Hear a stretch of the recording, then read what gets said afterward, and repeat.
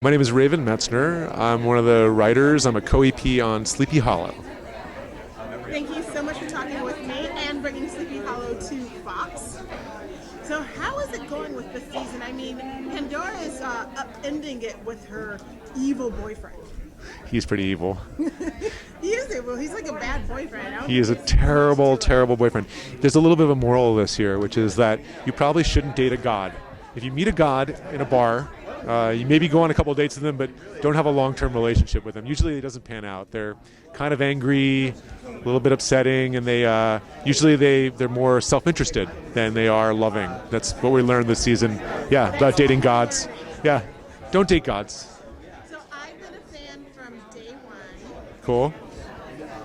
What is going on with Abby and my dear heart? I don't want them to be together, but I definitely don't want them being distracted by other people. Yes, it's something we wrestle with a lot on the show. It's funny that you say that you're a fan of the show. I was a fan of the show in the first season as well, and then I got a chance in the second season to come and write on the show that I was a fan of. And I think that, that balance of people who want them to be together and people who want them to be friends, at the same time, people who want them to be happy and people who don't want them to be happy with anyone besides each other. I mean, it's very hard to please everybody in that respect. But I think part of the fun is sort of playing with those things, like getting a chance to see Crane, go on a date and to have that feeling of, oh, I don't really like this, as opposed to never having that feeling at all. So I don't know. That's where I fall on that regard. So we've been going back and forth a lot. We've gotten to know Betsy Ross. Yes. Who is not the Betsy Ross I grew up with. Is she? Tough ass. My Betsy Ross. That was all she did. Well, I think that's a question that is raised in episode 17, the penultimate episode, written by Damian Kindler. He deals with that very question. Is this the Betsy Ross that we know, that we all know? What happened to the lady that was sitting in sewing flags, and could this be her? So that very question gets raised and answered.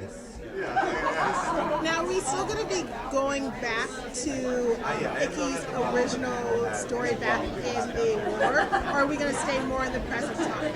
I mean, moving forward, or in? Moving forward, yeah.